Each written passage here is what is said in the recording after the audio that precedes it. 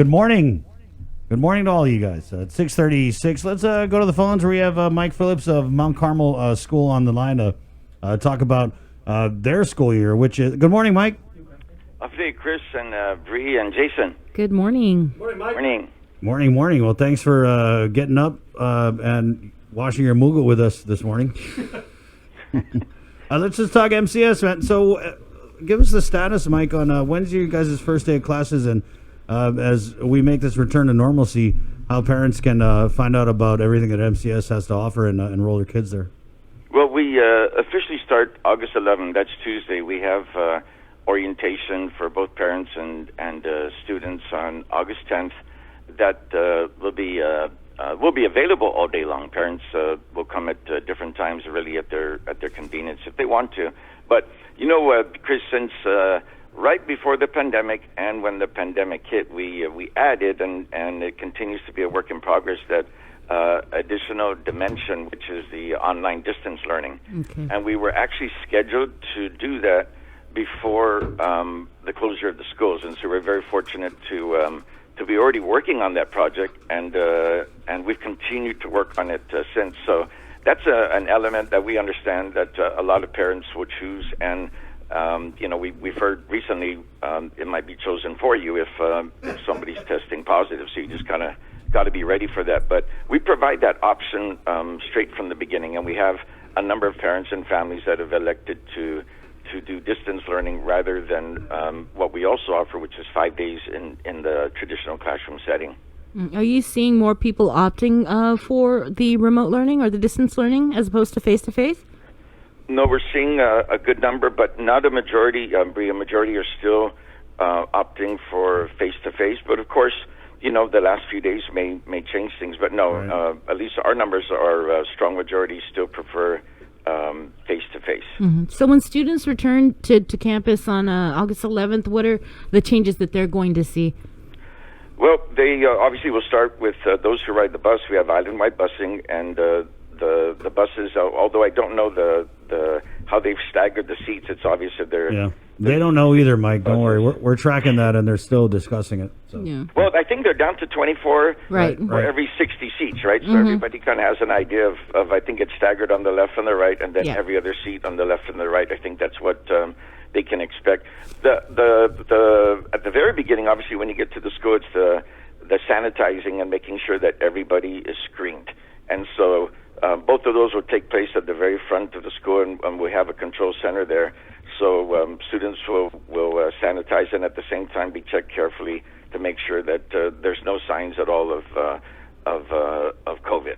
And we continue and will obviously make sure that each day parents are also screening their kids and their own families to make sure that they're not high risk. But once they do that, then when they're in the class, that will take place regularly throughout the day, and the ability to ensure that if there was or is a student that may at some point in the day later test positive, the control to be able to answer where the student was, who the student was with, that will also be controlled.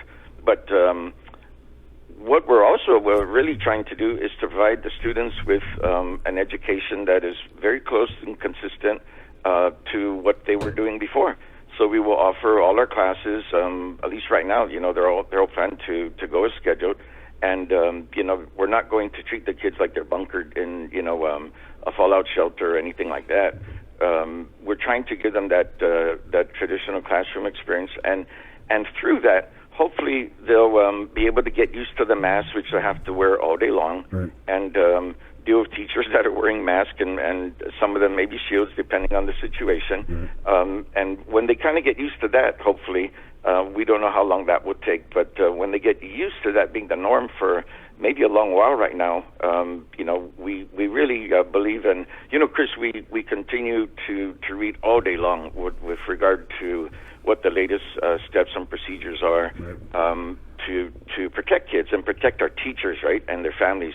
And so whenever something else comes out, we'll make sure to do our very best to implement it. But right now, the mask, the social distancing, the sanitizing, and the kind of an interview, in the sense of how the child is feeling, and if there's anybody high risk, they may not be symptomatic, but if we learn that there's an issue in the family or anything like that, then we'll treat that as a positive, and make sure that until the student is until we get the go ahead from a negative test, then we'll make sure to isolate the student, and we have a procedure for that. We have a room to make sure that there's no further contamination or the spreading of the virus should anything like that happen. Mike, one thing that really stands out at MCS, the academics, you have the sports and the music, and I'm curious,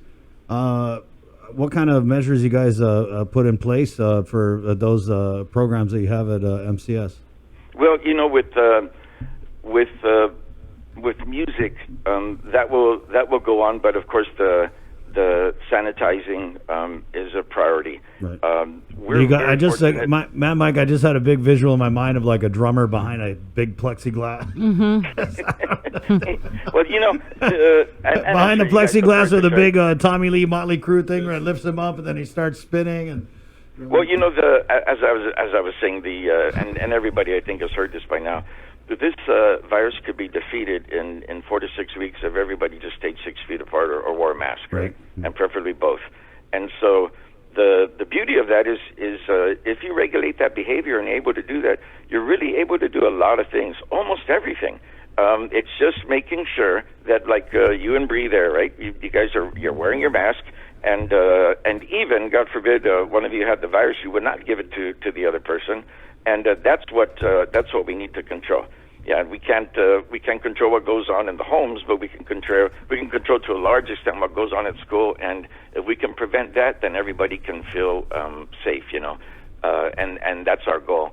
And like I said, our online program is really dynamic because we understand that most parents are not trained in education, and even if some of them may have taken certain classes and might be able to understand themselves, being able to teach their kids and having the patience to do it are two separate things. And so we're trying to develop further our online program that entertains the students and realize always that you can't compare with the teacher in the classroom. And so if you're just going to give them the work, some call that online. We don't call that online. That's not online. That's just simply giving them work. You've got to find a way to teach, and we've got to find a way for the students to learn. They're not real hip or real used to learning online. They're used to kind of, I'll use the 4-letter word play, right? They're used to playing online, right. And so you're using that mechanism of communication, and it's turning into a real serious mode of learning, and they're not going to adjust to that real easily. So we have to, and that's what we're working on right now. We'll also have between 2 to 4 distance learning counselors available all day long for parents, and if the parents call in and they got questions about the online assignments. Absolutely, all right. And a lot of that stuff, Chris. Well, good idea. People like me, it's like, well, how do you turn on the computer? What do you do next? And I know it says just do this. Oh, it's upside down.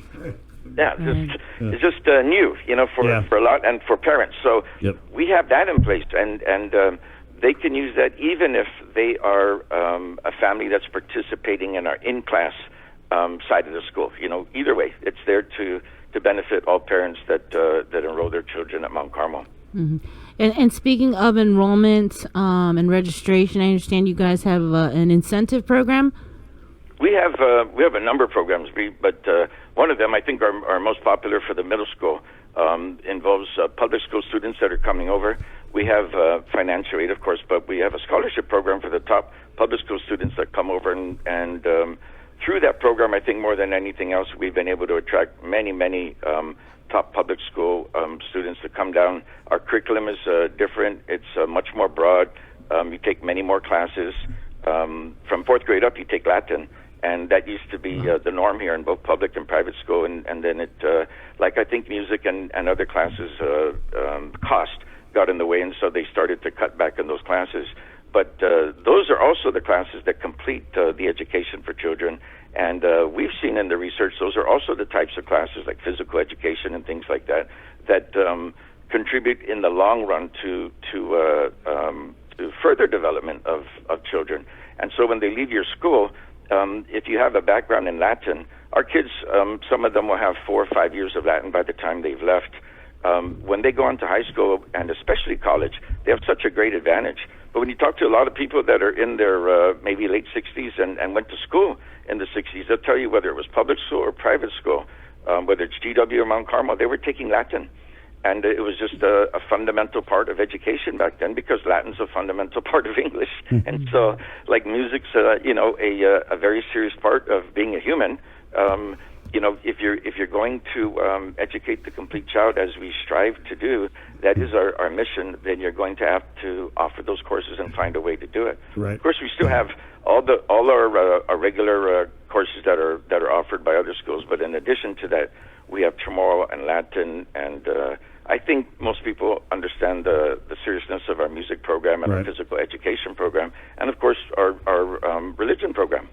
Right, Mike. Can you tell us a little bit, just real quick, before we close, info or people want to family referral, the family referral program. This is something I think is great. Right. You keeping in mind that we want our kids to go to school together, and maybe sometimes that's not feasible because of the cost. And you guys actually have the more you enroll, the less you pay. That's correct. Per child, it goes down. In fact, after your third child, we don't charge monthly tuition for your fourth and fifth or sixth from the same family because we want to encourage families. That's called the Chris Barnett plan. The financial aid is available to those who need, but the tuition program is designed to really encourage a second and a third child from the same family to come. So we do that. Even the students that may receive a scholarship, we try to help them bring because that often happens, mostly happens in the middle school, and parents want to bring maybe a second and a third grader over. In that very first year, and we encourage that, and so that's why we have those very favorable tuition rates. But the family referral program, Chris, is for new families, and it's open to anybody, students and parents that make that referral receive $100 for families that register. Right. Okay, Mike. That register. Yeah. Hey, guys. Thanks a lot, Mike. My boy went to Mount Carmel, well-rounded education. He went from homeschooling right into Mount Carmel, and just the social interaction. More importantly, the academics and the music program too. I think gave him a well-rounded education that prepared him for. I mean, he's been doing really great in high school, Mike. So thank you guys for that. And it's 565-5128. 3822, or you send an email to communications@mountcarmelguam.com. Mike, thank you.